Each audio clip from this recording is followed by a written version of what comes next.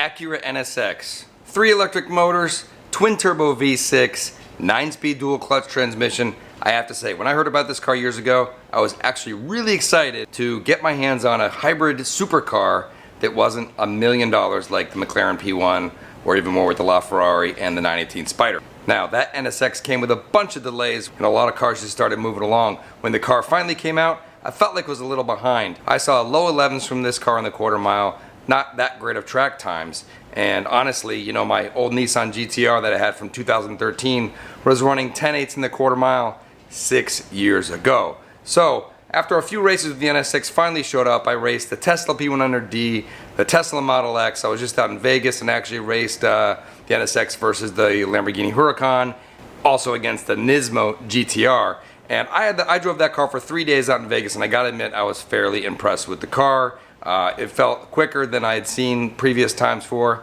Nonetheless, a lot of people kept saying, oh, this car runs 10s, this guy did 10s, the magazine said it did 10s.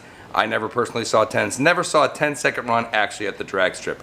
So here we are, finally we got a legit 10-second run. Special thanks to Matthew for sending me the video. We got the NSX racing a supercharged C7 Vet making 700 horsepower, and the NSX did really good, had an awesome launch, and it ended up ripping off multiple 10.8-second runs. So where does that put the NSX today? I don't know. There's a lot of big discounts on these cars. You can get upwards of $40,000 off a new one. I think at that level it's a pretty attractive car. Nevertheless, you're still looking at, you know, for a little more money you could possibly get into a McLaren 570S, which I feel like is a lot faster and just a lot better of a supercar. Let me know in the comments below what you think of the Acura NSX and where it fits in with today's supercars. How much longer do you think they're actually going to produce this car when they're not selling? There's a ton of these on the lots, big discounts. I'm curious to see how much longer it can last.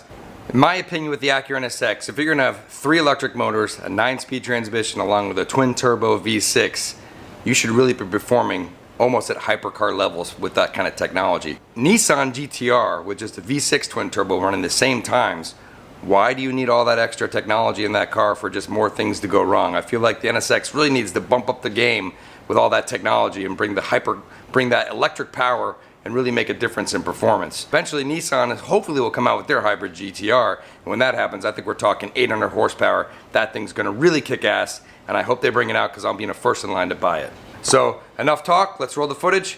World record for the Acura NSX against the supercharged C7 Vet, running well into the 10s.